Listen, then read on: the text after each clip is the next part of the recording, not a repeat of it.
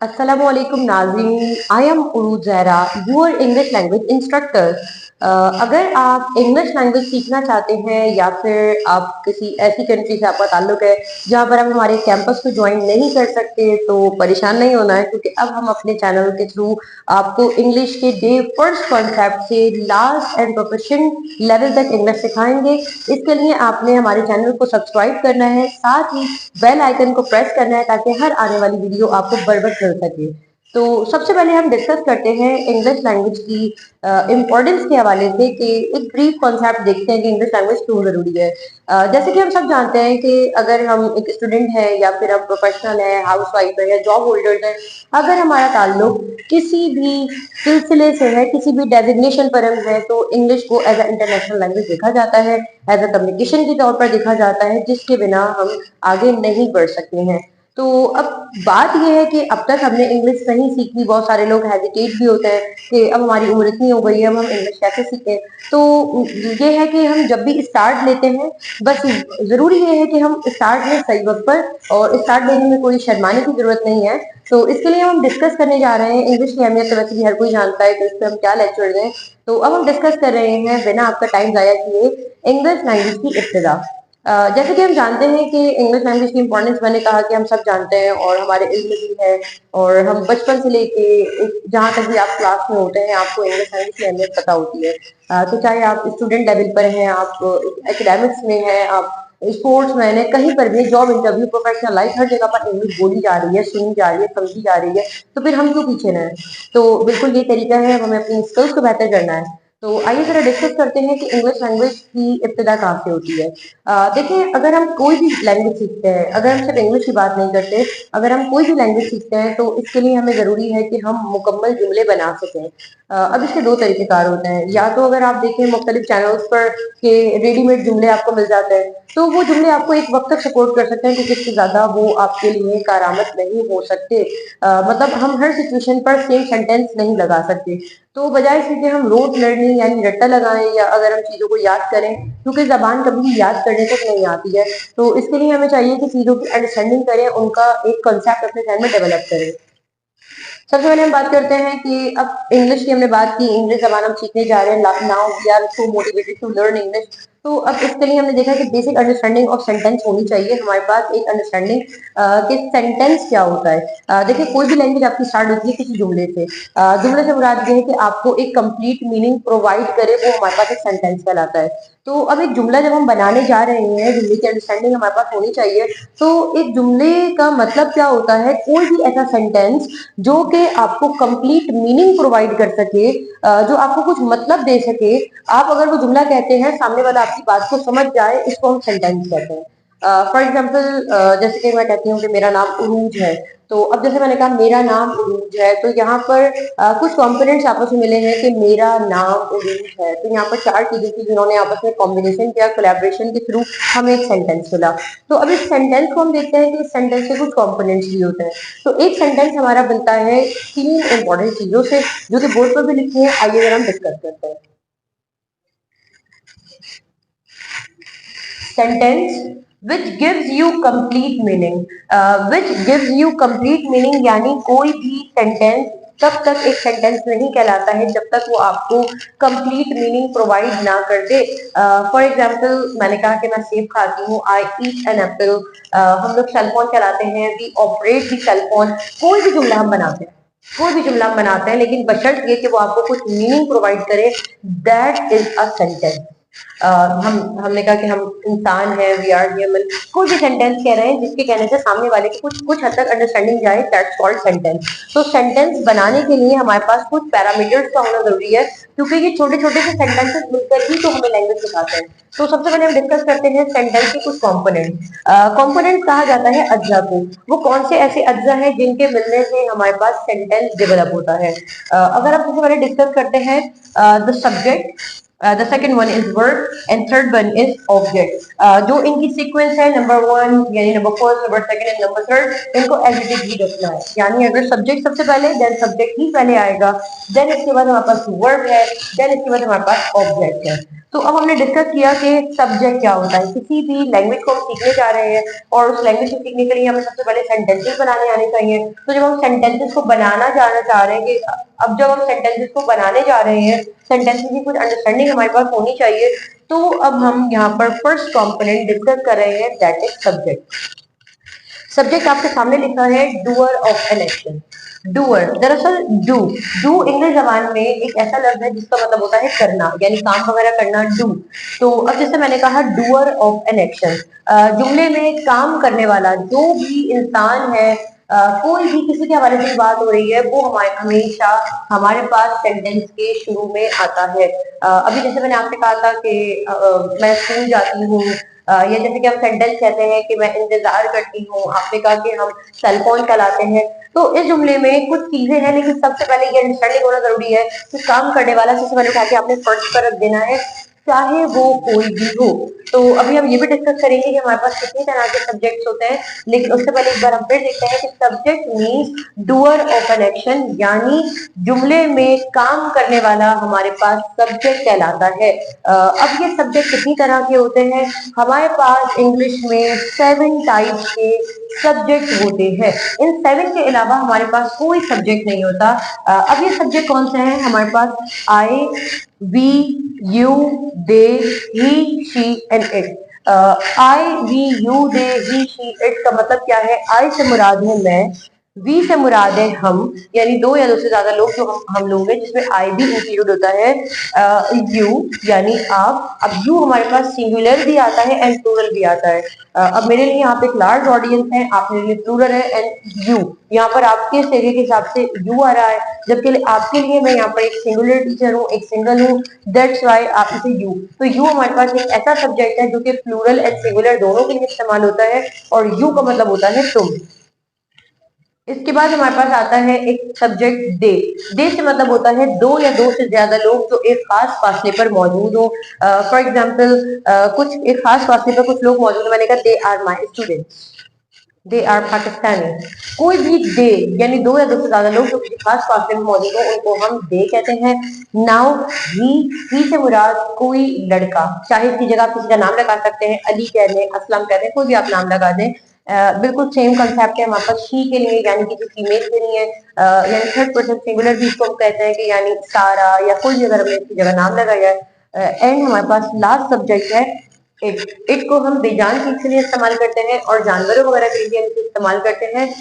तो इसका कोई खास मतलब नहीं है। अगर हम देखते हैं कि सेंटेंस के लिए हमारे पास पहला कॉम्पोनेंट क्या है? Subject. Subject means doer of an action. किसी भी जुमले में काम करने वाले को आपने पहले उठा के रखना है, फिक्स रखना है, चाहे कुछ भी हो जाए, कैसा भी सेंटेंस हो। हमें उर्दू टू इंग्लिश ट्रांसलेशन नहीं करनी है। उर्दू टू इंग्लिश ट्रांसलेशन क्यों नहीं करनी? क्योंकि उर्दू एक मीडियम ऑफ एक्सचेंज है, आपको समझा सकता है।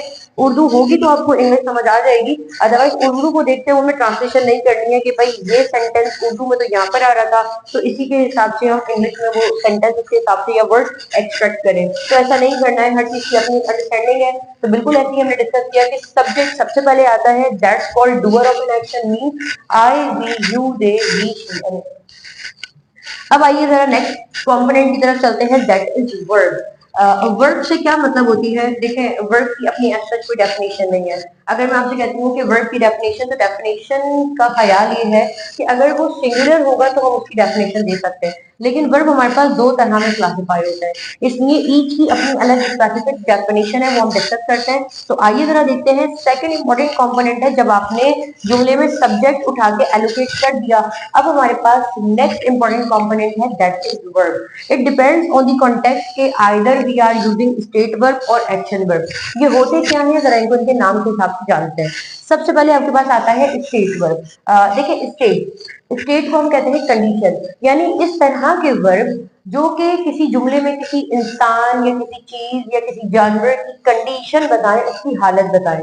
हमने बचपन से चीज सुनी कि द कंडीशन ऑफ वाटर, यानी स्टेट ऑफ वाटर हमारे पास तीन है, लिक्विड, गैस एंड सॉलिड। तो बिल्कुल इस तरह के जुमले जिसमें कोई एक्शन शो नहीं होता है, जिसमें सिर्फ स्टेट का जिक्र होता है, इस तरह के वर्ड हमारे पास स्टेट वर्ब कहलाते हैं, जो कि इन जुमलों में हेल्पफुल रहते हैं। अब ये स्टेट वर्ब के लिए पहले हम इनको मजीद क्लियर करने से पहले एक सेंटेंस देखते हैं। जैसे मैंने आपसे कहा कि आई गो टू स्कूल, तो वो तो हमारे पास एक एक्शन का जुमला था। आप इंतजार करते हैं, यू वेट। मैं सेल फोन चलाती हूँ, I operate the cell phone. ये तो हमारे पास एक एक्शन के जुमले थे जिसमें हमें वाज़ेह तौर पर नजर आ रहा है कि ऑपरेट मीन चलाना, वेट मीन इंतजार करना, गो मीन जाना। लेकिन अब कुछ इस तरह से भी हमारे पास सेंटेंसेस होते हैं जिसमें हमारे पास कुछ स्टेट या एक्शन एक्शन तो नहीं आता, स्टेट या कंडीशन आती है। For example, the board is white, you are my audience, I am your teacher, Ali is my friend। यहाँ पर हमने किसी को उसके डेजिग्नेशन, डेजिग्नेशन मीन्स ओहदा, हमने उसका प्रोफेशन यानी उसका पेशा या उसकी स्टेट, अगर मैं तमाम बातों को समराइज करूं तो यानी इसकी स्टेट को हम जब बयान करते हैं तो वो स्टेट वर्ब में आता है। देन हमारे पास नेक्स्ट इंपॉर्टेंट कंपोनेंट है दैट इज एक्शन वर्ब। या तो जुमले में स्टेट वर्ब आ सकता है या फिर एक्शन वर्ब आ सकता है। अब नाम से आपको अंदाजा हो रहा होगा कि एक्शन वर्ब हमारे पास कौन से वर्ब होते हैं। देखिए, एक्शन नाम से आपको आइडिया हो रहा है कुछ ना कुछ मूवमेंट, कुछ ना कुछ एक्टिविटी इसमें शो हो रही है। इस तरह के वर्ब को हम एक्शन वर्ब कहते हैं। अब ये एक्शन वर्ब हमारे पास जैसे प्ले खेलना, खाना खाना ईट फूड, सोचना थिंक, पार्टिसिपेट यानी किसी चीज में मुहिम जोई करना पार्टिसिपेट, इंतजार करना वेट, बर्दाश्त करना टॉलरेट, पढ़ाना टीच, पढ़ना स्टडी। तो ये सिचुएशन टू सिचुएशन चेंज होते हैं हमारे पास। और पूरी इंग्लिश में हमारे पास 99% जो स्पेस ऑक्यूपाई करता है वर्ड में वो एक्शन वोकेबलरी करती है। जैसे भी आपको अंदाजा भी हुआ होगा कि हर सिचुएशन पर एक अलग जुमला है। दरवाजा खोलना, दरवाजा बंद करना, टीचर से बात करना, उन्हें मशवरा देना, उनकी बात सुनना, किसी को डांटना, ये तमाम हमारे पास डिफरेंट वोकेबलरी मौजूद है। और हम जो कहते हैं कि हमारे पास इंग्लिश में वोकेबलरी का इशू है वो भी हमारे पास एक्शन वर्ब के होने से वो लेसनेस हमारे पास खत्म हो जाती है। तो 99% हमारे पास एक्शन वोकेबलरी होती है and only 1% is occupied for state verb. और स्टेट वर्ब आपके सामने है कि सिर्फ ये प्रेजेंट में इज एम आर में कन्वर्ट होते हैं, जबकि पास्ट में वॉज वर्ब में and in future will be. For example, मैंने कहा कि मैं टीचर हूँ, आई एम अ टीचर। अब मैं एक टीचर थी, आई वॉज अ टीचर। मैं एक टीचर होंगी, I will be a teacher. बिल्कुल ऐसे ही है, लेकिन अब हम इसको जरा नेक्स्ट कॉन्टेक्स्ट में देखते हैं। लेकिन अब जुमले में एक्शन का ट्विस्ट लेकर आता है। मैंने कहा कि मैं खेलती हूँ, आई प्ले। मैंने खेला था, आई प्लेड। मैं खेलूंगी, आई विल प्ले। अब ये अकॉर्डिंग टू द सिचुएशन जो मैंने भी मुख्तलिफ सेंटेंस का अभी सिर्फ इनकी अंडरस्टैंडिंग के लिए मैंने आपको बताया है कि वर्ब की एलोकेशन कैसी है। ये हम डिफरेंट सीरीज में इनको देखेंगे कि फ्यूचर कैसे आएगा, पास्ट कैसे आएगा, प्रेजेंट की एलोकेशन क्या है। सब इसके हवाले से आपने परेशान नहीं हो जाए। देन यहाँ पर थर्ड इंपॉर्टेंट कंपोनेंट आता है that is object. Object receiver of our action. Receiver of our action का मतलब क्या होता है कि जुमले में काम को रिसीव करने वाला, जिसके ऊपर बात की जा रही है, जिसके हवाले से बात की जा रही है। अभी हम प्रीवियस कॉन्टेक्स्ट को ही एज एन एग्जांपल सेट करते हैं कि वी वेट। अगर लेकिन मैंने यहाँ पर कहा कि I operate the cell phone, तो यहाँ पर मैंने कहा आई मीन मैं काम करती हूँ, आई ऑपरेट मीन चलाना, किसी मशीन या इलेक्ट्रॉनिकली डिवाइस को चलाने को हम ऑपरेट कहते हैं। अब किस चीज को चला रहे हैं वो हमारे पास ऑब्जेक्ट है और वो सेंटेंस के लास्ट में आता है। एज पर इनकी एलोकेशन भी आप देख सकते हैं कि सबसे पहले हमारे पास सब्जेक्ट है, देन हमारे पास वर्ब है, देन हमारे पास ऑब्जेक्ट है। तो हमने यहाँ पर डिस्कस किया कि ऑब्जेक्ट हमारे पास क्या है, रिसीवर ऑफ आवर एक्शन, यानी जुमले में जिसके हवाले से बात की जा रही है, जिसके ऊपर बात की जा रही है, जो हमारे काम को रिसीव करने वाला है, वो हमारे पास ऑब्जेक्ट कहलाता है। सवाल यहाँ पर ये बनता है कि ये ऑब्जेक्ट किसी तरह के होते हैं। अभी हमने डिस्कस किया कि सब्जेक्ट हमारे पास 7 टाइप्स के हैं, वर्ब हमारे पास 2 कैटेगरीज में क्लासिफाई हुए थे, लेकिन अब हमारे पास ऑब्जेक्ट कितनी तरह के हैं। तो अब हम देखते हैं, वैसे तो ऑब्जेक्ट हमारे पास 4 टाइप्स के हैं, लेकिन अभी हम अपने बिगिनर्स के लिए 2 तरह के ऑब्जेक्ट को डिस्कस करेंगे ताकि आपको इंग्लिश की अंडरस्टैंडिंग क्लियर हो। मेरा मकसद यहाँ पर बहुत ज्यादा प्योर एंड ऐसे डेंस कॉन्सेप्ट ऑफ ग्रामर देना नहीं है, क्योंकि हम यहाँ पर लिटरेचर नहीं लिंग्विस्टिक सीख रहे हैं। तो इस चीज का मैं ख्याल रखना है और मैं इंशाल्लाह आपको वो इजी मटेरियल दूंगी कि आप डे फर्स्ट पर एटलीस्ट कुछ ना कुछ बोलना शुरू करें। हमारे पास 2 तरह के हमारे पास ऑब्जेक्ट मौजूद हैं। The first one is direct object and the second one is indirect object. Direct object मैंने इस वक्त इनकी डेफिनेशन नहीं लिखी है, लेकिन हम इनको कुछ यूं समझ सकते हैं कि जुमले में अगर मैं किसी चीज के हवाले से बात कर रही हूँ, कोई एक ऐसी बेजान चीज है, या अगर मैं किसी जानवर वगैरह के हवाले से बात कर रही हूँ तो उसको मैं डायरेक्ट ऑब्जेक्ट में भी लेकर आ सकती हूँ। For example, I sit on the chair, you drink water, I go to school, we go to school, you take a decision. कोई भी चीज जो कि बेजान चीज है, मैंने कहा स्कूल है, स्कूल को तो वैसे हम इसे एडवर्ब प्लेस में लेते हैं, लेकिन फिलहाल आप इसको डायरेक्ट ऑब्जेक्ट में कंसीडर कर लें कि ये कोई बेजान चीज है। For example, I right by marker, तो मार्कर मेरे पास यहाँ पर कौन है, ऑब्जेक्ट है, वो भी डायरेक्ट ऑब्जेक्ट। यानी कोई बेजान चीज जिसका जुमले के लास्ट में तस्करा होगा लेकिन वो कोई बेजान चीज है, कोई नॉन लिविंग थिंग है, उसको हम डायरेक्ट ऑब्जेक्ट की कैटेगरी में क्लासिफाई करते हैं। For example, I drink water, तो वाटर यहाँ पर हमारे पास क्या है, डायरेक्ट ऑब्जेक्ट।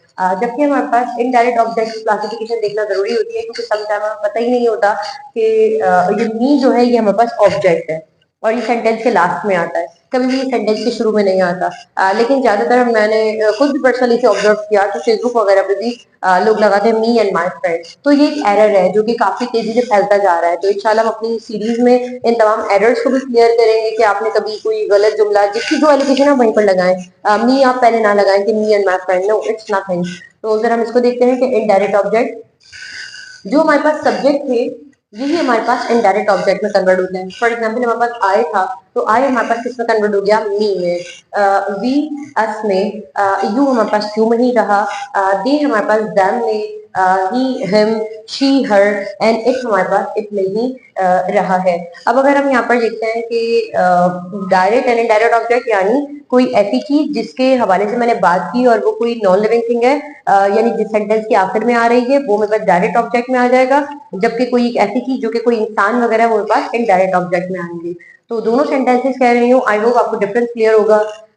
आई ईट फूड, फूड मेरे पास direct object, and I talk to you, तो यू मेरे पास इनडायरेक्ट ऑब्जेक्ट। तो यहाँ पर हमें सबसे पहले चीज को देख लेना जरूरी है कि इंग्लिश सीखने के लिए हमें सेंटेंस बनाने आने चाहिए, एंड सेंटेंस डायरेक्टली बनाने से पहले हमें सेंटेंस के कुछ फॉर्मेट को ध्यान में रखना होता है, कुछ इंपॉर्टेंट कंपोनेंट को ध्यान में रखना होता है, जो कि हमारे पास सब्जेक्ट वर्ब एंड ऑब्जेक्ट है।